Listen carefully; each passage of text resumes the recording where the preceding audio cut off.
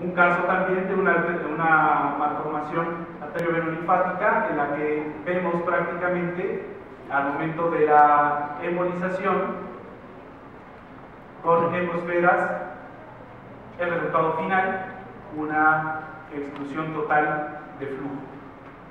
Seguimos viendo capilares, pero la coloración disminuye. El mismo tipo de situaciones en las que vemos lesiones prácticamente con mucho flujo arterial, aplicamos Onyx directamente,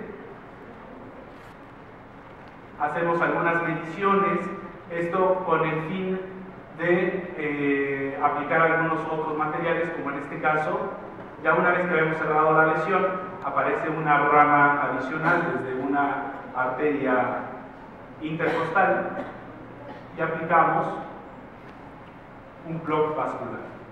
El bloque vascular, como les decía, nos va a permitir un cierre total del flujo.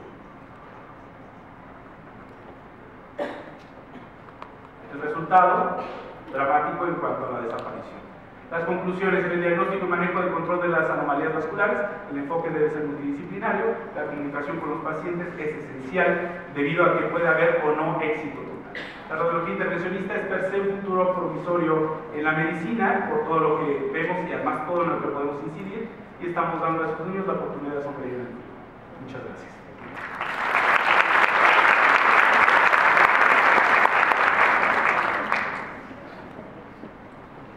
Bien, a continuación, bueno, agradecemos al doctor Gerardo Montejo por toda esta ilustrada terapéutica y estudio de estos pacientes con malformaciones, y a continuación el profesor Jerome nos va a presentar su experiencia con el láser en edad pediátrica.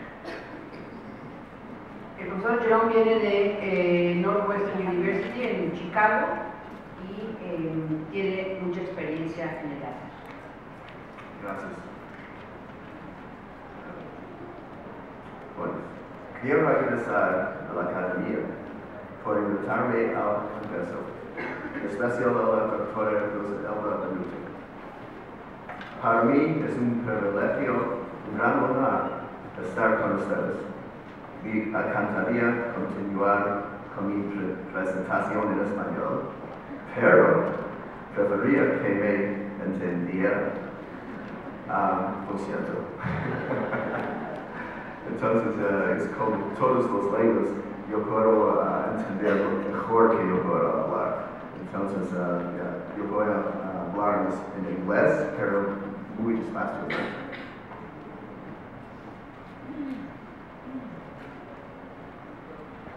Okay, so we're going to start with vascular malformations.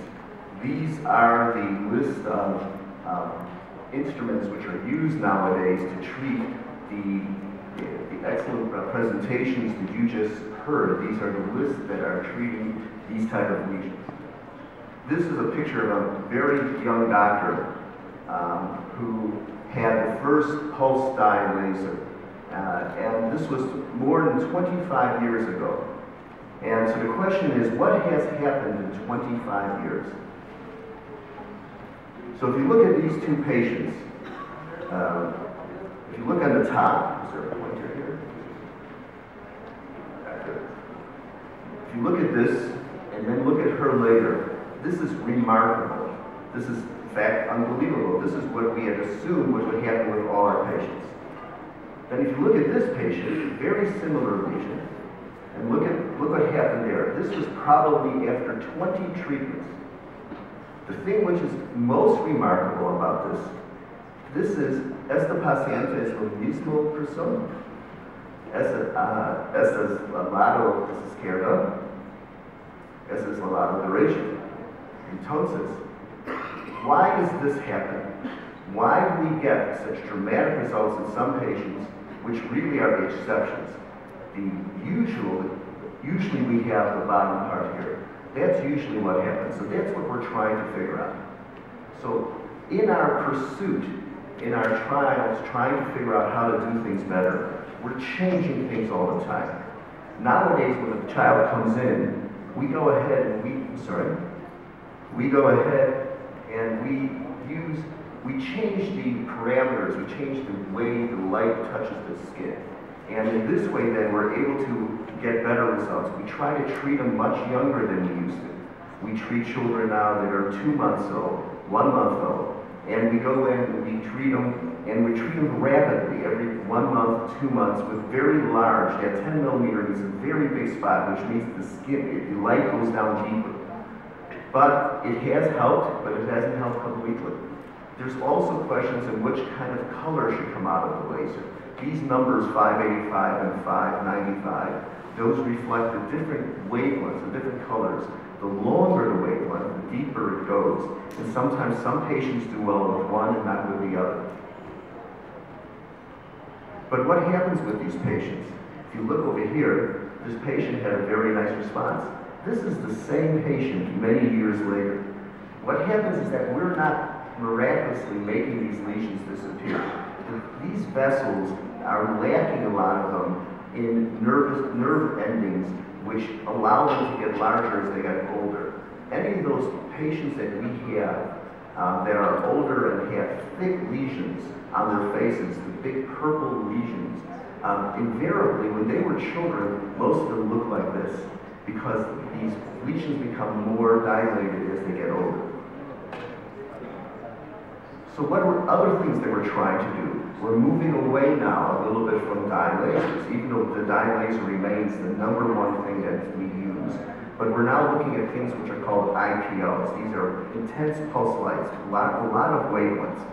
The nice thing about them is that, one, with the older patients, you don't get the bruising you do with the other one. And they do work.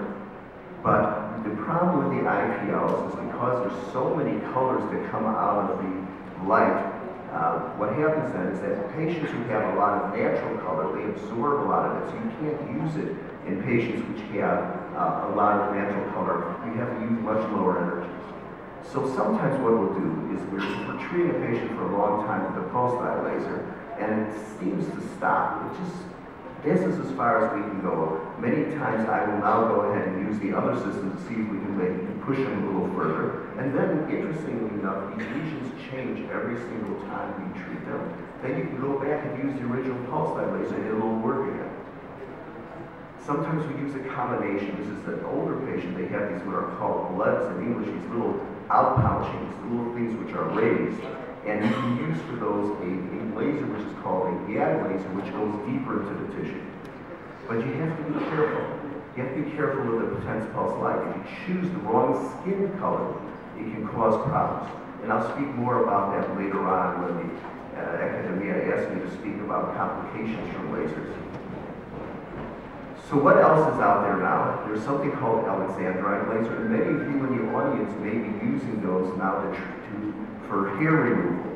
And those things are good. If you look at this study, they had gone ahead and treated patients who had 26 treatments with the pulse dye laser, and they stopped working. So they use this. But the problem with this laser is that it's very, very strong, and sometimes you can burn the patients. So with the thicker lesions like these hyperkeratotic vascular malformations, sometimes I'll use the Alexandrite laser, but I have to be careful because I have put ulcerations in these patients. Another thing that we're trying to look at now is we're trying to look at something which is a very common laser called the diode or KTP laser, but now you can get them with very large spots. And these then will go much deeper into the tissue. Again, this is great because it allows us to get more vessels, but also it's more dangerous. So what else can we do? What else can we help our patients with? So we've been looking at trying to put, there's a paper out there several years ago, Micromod, that you put on after you put the pulse dye laser, because the Micromod has anti-angiogenic capabilities. And I have used it, and I have to admit, I haven't been that impressed. Something which is even more exciting is to use other agents which are anti-angiogenic, like rapamycin.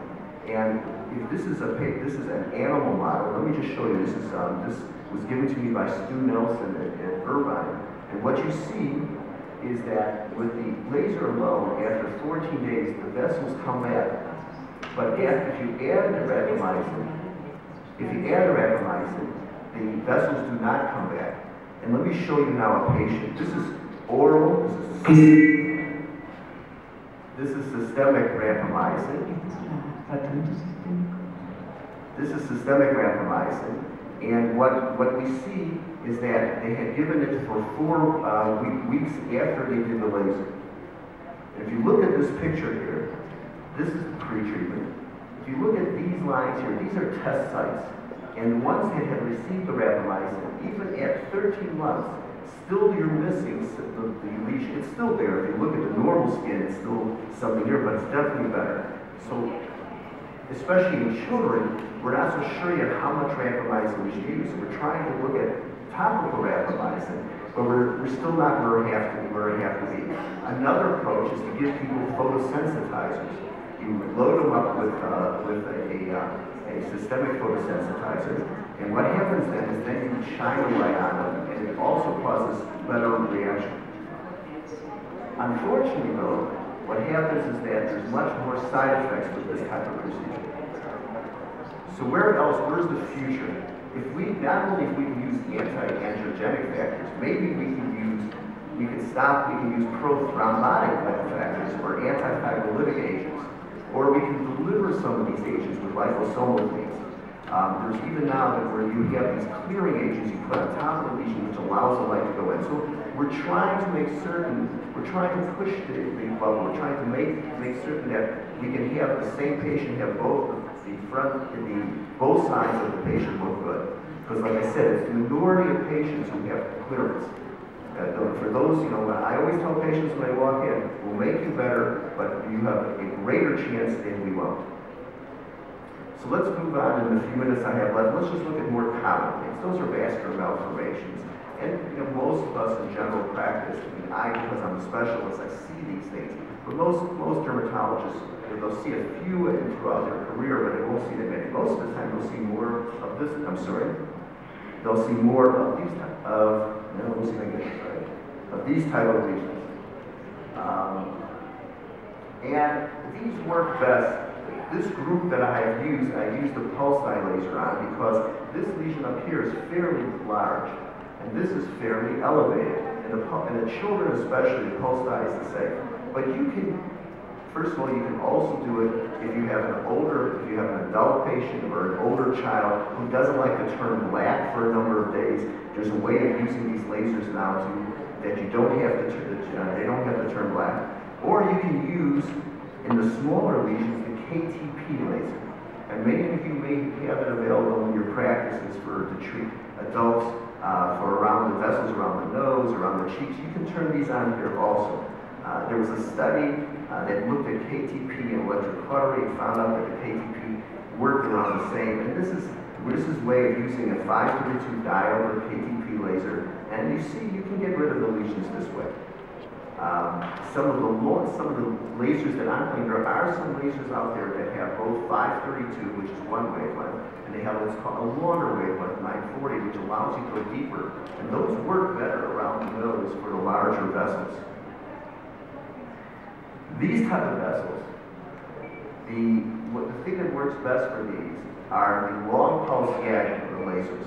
And as you can see here, the vessel has gone away. In my adult patients, I treat the vessels along the eyes that some of the women complain about, the large blue vessels there. The only problem with the long pulse GAG, it's incredibly dangerous lasers to use around the eyes, and I'll show some samples later on. You can actually lead to blindness. Mixed vascular malformations, things like this. This is a patient who came to me. She was originally seen in Romania, and she had some scarring from it. I'm not so sure what laser they used. And then we went ahead and we used a CO2 laser, which burns the skin, but you have to do it in multiple treatments, very, very superficially. And then that was the buttock area, this is the front area. Sometimes I will combine this with a long pulse GAG to get rid of all of these bloods. These bloods in these patients constantly bleed. They're also focused for infection. If you have residual hemangiomas, they work well with the pulse dye laser. With the KTPs, they can work well. And now we're also going to have, some of these patients have these texture changes. So we use what are called fractional lasers. These are lasers which emit the energy in little dots on the skin so they're safer, and you can try to soften the texture that sometimes these patients have. When it comes to venular malformations, the long pulse CI I find works nicely. If you look at this lip, you can just shrinks this down. In this type of patient, I use both for some of the bloods, the CO2, and if you look at the fullness here, see this fullness here, it has shrunk down from here to here because you're able to use the laser. Now, if you look inside, this is all done with laser. We're able then to shrink this down and to cause a loss of that fullness the patient has. And some of these patients then have problems when they're chewing when they get to be older. Sometimes we use 3 different lasers. This one I use the dye laser, the EI laser, and I also use the IPL because just to get the whole thing. But if they're very large, you need something like this gentleman before. That's what happens with that. Unfortunately, she had some skin breakdown from sclerotherapy at the very beginning. So you have to know sclerotherapy is excellent, but sometimes can cause problems. Okay.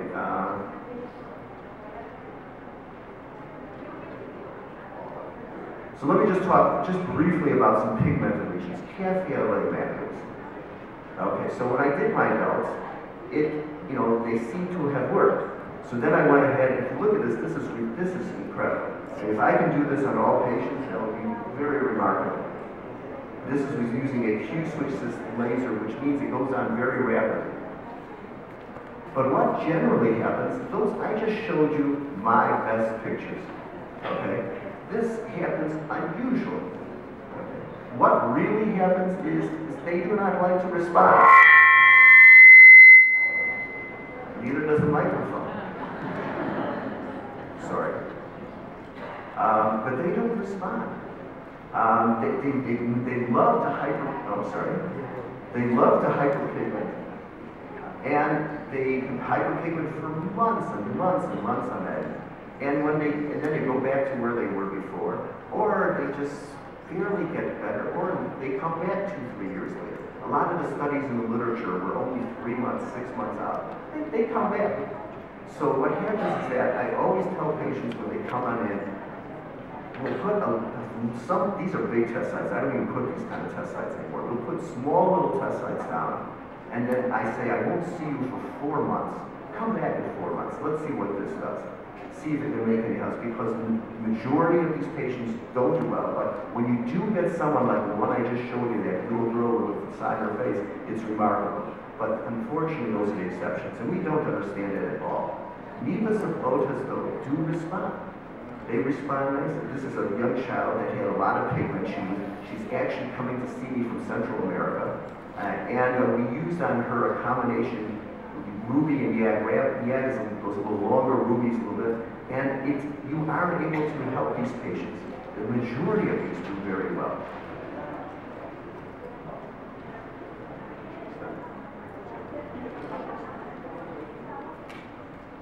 How about nevi? This is where I'll stop. And there are other lesions with how about just moles on the face? It's very controversial. No one knows, even though we've been doing this for years. Nevi were treated originally. I mean, we as dermatologists should be very, very proud of the fact that the first doctors that used these lasers was a gentleman called Dr. Goldman, Leon Goldman. In 1960, the laser was developed. He was already writing papers in the JID in 61 and 62. And one of the few things that he was a definite pioneer in the field. One of the first things he turned them on were nevi. He turned them on moles. He turned them on melanomas. He wanted to see what would happen. So it's controversial if you treat a nevus with